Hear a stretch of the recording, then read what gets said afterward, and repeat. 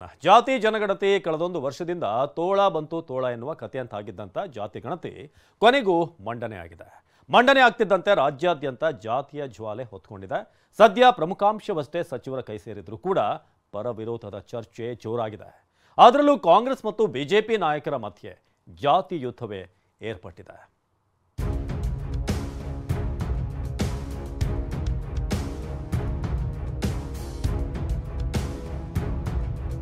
ಜಾತಿ ಗಣತಿ ಮಂಡನೆ ಜೋರಾಯ್ತು.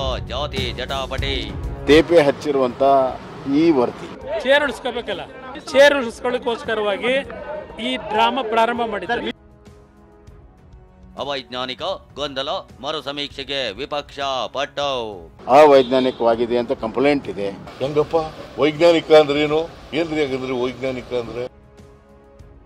ಸರ್ವರಿಗೂ ಸಮಪಾಲು ಪಕ್ಕಾ ವರದಿ ಎಂದು ಕಾಂಗ್ರೆಸ್ ಡಿಚ್ಚಿ. ಸರ್ವರಿಗೂ ಸಮಪಾಡು ಸಮಪಾಲು ಚರ್ಚೆ ಆಗ್ತಾ ಇದೆ ಅಂದ್ರೆ ನಾವು ಚರ್ಚೆಯನ್ನ ಸ್ವಾಗತ ಮಾಡ್ತೇವೆ.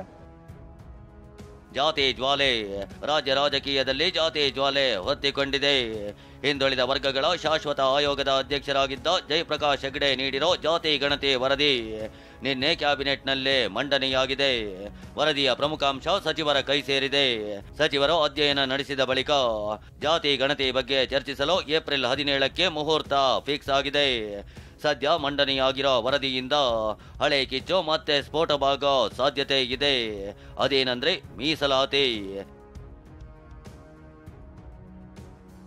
ಎಸ್, ಜಾತಿ ಜನಗಣತಿ ವರದಿಯಲ್ಲಿ ಮೀಸಲಾತಿ ಹೆಚ್ಚಳಕ್ಕೆ ಶಿಫಾರಸು ಮಾಡಲಾಗಿದೆಯಂತೆ. ಹಾಗಾದ್ರೆ ಆಯೋಗ ಮಾಡಿರೋ ಶಿಫಾರಸುಗಳೇನು, ಯಾವ್ಯಾವ ಸಮುದಾಯಕ್ಕೆ ಎಷ್ಟು ಮೀಸಲಾತಿ ಸಿಗಲಿದೆ ಅನ್ನೋದನ್ನೇ ಹೇಳ್ತೀವಿ.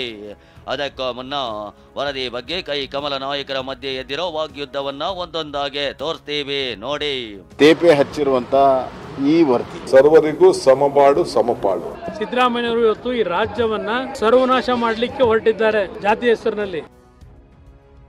ಸರ್ವರಿಗೂ ಸಮಪಾಲು ಎಂದ ಡಿಕೆ, ಸರ್ವನಾಶ ಎಂದ HDK. ಇದು ಸೆನ್ಸಸ್ ಅಲ್ಲ, ಏನೇಳಿ, this is not a census.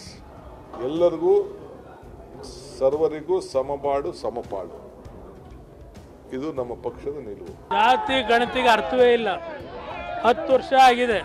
Kantharaju ವರದಿ ಸಿದ್ಧ ಮಾಡಿ ಅವರಿಗೆ ಕೊಟ್ಟು ಈಗ 10 ವರ್ಷ ಮುಗಿದಿದೆ. 10 ವರ್ಷದಲ್ಲಿ ಇದೇ ಗ್ರೇಟ್ ಸಿದ್ದರಾಮಯ್ಯ ಕಳೆದ 2 ವರ್ಷ ಇದ್ಯಾವುದೋ ನಿಮ್ಮ ಗ್ಯಾರಂಟಿ ಸ್ಕೀಮಿನಿಂದ ಬಡವರ ಆರ್ಥಿಕ ಶಕ್ತಿಯನ್ನು ವೃದ್ಧಿ ಮಾಡಿಲ್ವೇ?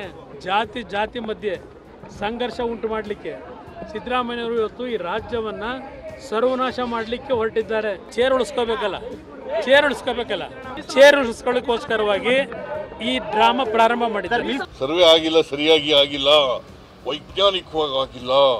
ಹೆಂಗಪ್ಪ ವೈಜ್ಞಾನಿಕ ಅಂದ್ರೆ ಏನು? ಏನ್ರಿ ಹಾಗಂದ್ರೆ ವೈಜ್ಞಾನಿಕ ಅಂದ್ರೆ? 2011ರಲ್ಲಿ ಲಾಸ್ಟ್ ಸರ್ವೆ ಆಗಿತ್ತು. ಅದು ಜಾತಿ ಗಣತಿ ಅಲ್ಲ, ಅದು ಗಣತಿ ಸರ್ವೆ ಆಗಿತ್ತು, ಜನಗಣತಿ ಆಗಿತ್ತು ಅಲ್ವಾ? ಅದು 100ಕ್ಕೆ 100 ಆಗ್ಬಿಟ್ಟಿದ್ಯಾ? ಇನ್ನು ಜಾತಿ ಜನಗಣತಿ ವರದಿಗೆ ಸದಸ್ಯರೇ ಸಹಿ ಮಾಡಿಲ್ಲ ಅಂತ ಸಂಸದ ಬಸವರಾಜ ಬೊಮ್ಮಾಯಿ ಬಾಂಬ್ ಹಾಕಿದ್ದಾರೆ. ಇದಕ್ಕೆ KN ರಾಜಣ್ಣ ಡಿಚ್ಚಿ ಕೊಟ್ಟಿದ್ದಾರೆ. ಅದು ಎಲ್ಲ ಕಡೆ ಸರ್ವೆ ಆಗಿಲ್ಲ, ಎಲ್ಲರ ಮನೆಗೆ ಹೋಗಿಲ್ಲ. ಅವೈಜ್ಞಾನಿಕವಾಗಿದೆ ಅಂತ ಕಂಪ್ಲೇಂಟ್ ಇದೆ. ಹಲವಾರು ಸಂಘ ಸಂಸ್ಥೆಗಳು ಕಂಪ್ಲೇಂಟ್ ಮಾಡಿದ್ದಾವೆ. ಇದರ ಮಧ್ಯೆ ಅಧ್ಯಕ್ಷರು ಕೊಟ್ಟಿರುವಂತ ವರದಿಗೆ ಸೆಕ್ರೆಟರಿ ಸೈನ್ ಹಾಕಿಲ್ಲ. ಮನೆಯಲ್ಲಿದ್ದಂತ ಹಿರಿಯರು ಯಾರಿದ್ದಾರೆ ಅವರ ಸಹಿನೂ ಕೂಡ ಆ ಒಂದು ಫಾರಂ ಅಲ್ಲಿ ಪಡೆದಿದ್ದಾರೆ. ಮಂಡನೆಯಾಗಿರೋ ಜಾತಿ ಗಣತಿ ವರದಿಯಲ್ಲಿ ಸಾಕಷ್ಟು ಗೊಂದಲವಿದೆ ಅಂತ ಶೆಟ್ಟರ್ ಆರೋಪಿಸಿದ್ದಾರೆ. ಆದ್ರೆ ಈ ಆರೋಪವನ್ನ ಸಚಿವ ಶರಣ ಪ್ರಕಾಶ್ ಪಾಟೀಲ್ ತಳ್ಳಿ ಹಾಕಿದ್ದಾರೆ. ಅಂದರೆ ಇಷ್ಟು ಕನ್ಫ್ಯೂಷನ್ ಅಲ್ಲಿ ಇದೆ. ಇಂಥ ಕನ್ಫ್ಯೂಷನ್ ಇರುವಂಥ ವರದಿಯನ್ನು ನೀವು ಸ್ವೀಕಾರ ಮಾಡಿ ಅದನ್ನ ಒಪ್ಪಿಗೆ ತೆಗೆದುಕೊಳ್ಳುವಂಥ ಪ್ರಯತ್ನ ಯಾಕಿದೆ ಸಿದ್ದರಾಮಯ್ಯ ಅಂತ ನಾವು ಇವತ್ತು ಪ್ರಶ್ನೆ ಕೇಳ್ತೀನಿ. ಏನು ಗೊಂದಲ ನೋಡಿ, ಈಗ ಮೊದಲನೇ ಬಾರಿಗೆ ಇವತ್ತು ಆ ಒಂದು ರಿಪೋರ್ಟನ್ನು ಲಕೋಟೆಯನ್ನು ಓಪನ್ ಮಾಡಿದ್ದು ನಿನ್ನೆ ಕ್ಯಾಬಿನೆಟಲ್ಲಿ. ಹಾಗಾಗಿ ಅದ್ರ ಬಗ್ಗೆ ಯಾರಿಗೂ ಮಾಹಿತಿ ಇರಲಿಲ್ಲ. ಜಾತಿ ಜನಗಣತಿ ಬಗ್ಗೆ ವಾಗ್ಯುದ್ಧ ಏನೇ ಇರಲಿ, ಕೈ ನಾಯಕರಂತೂ ಸ್ವಾಗತ ಮಾಡಿದ್ದಾರೆ. ಚರ್ಚೆಗೆ ರೆಡಿ ಅಂತ ಸವಾಲು ಹಾಕಿದ್ದಾರೆ. ಮಾನ್ಯ ಮುಖ್ಯಮಂತ್ರಿಗಳಾಗಿರ್ತಕ್ಕಂಥ ಮಾನ್ಯ ಸಿದ್ದರಾಮಯ್ಯನವರು ಮೊದಲನೇ ಹೆಜ್ಜೆ ಇಟ್ಟಿದ್ದಾರೆ, ಅದು ಸ್ವಾಗತಾರ್ಥ. ಅವ್ರಿಗೆ ನಾನು ಅಭಿನಂದಿಸ್ತೇನೆ. ಇದು ಭಾಳ ಮೊದಲೇ ಆಗಬೇಕಾಗಿತ್ತು, ತಡವಾದ್ರೂ ಸಹ ಈ ಒಂದು ವರದಿಯನ್ನು ಮಂತ್ರಿಮಂಡಲದಲ್ಲಿ ಈಗಾಗಲೇ ಅದನ್ನು ಪ್ರಸ್ತಾಪ ಮಾಡಿದ್ದಾರೆ. ಚರ್ಚೆ ಆಗ್ತಾ ಇದೆ ಅಂದರೆ ನಾವು ಚರ್ಚೆಯನ್ನು ಸ್ವಾಗತ ಮಾಡ್ತೇವೆ.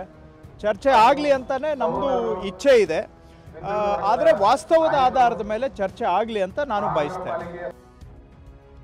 ಜಾತಿ ಗಣತಿ ಮರುಸಮೀಕ್ಷೆಗೆ ಸ್ವಾಮೀಜಿಗಳ ಒತ್ತಾಯ.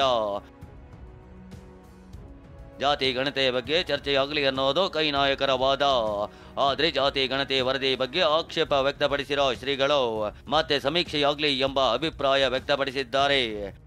ಅದಕ್ಕಾಗಿ ಖುದ್ದಾಗಿ ಸಮೀಕ್ಷೆಯನ್ನು ಪುನರ್ ಮಾಡುವಂಥದ್ದು ಒಳ್ಳೆಯದು.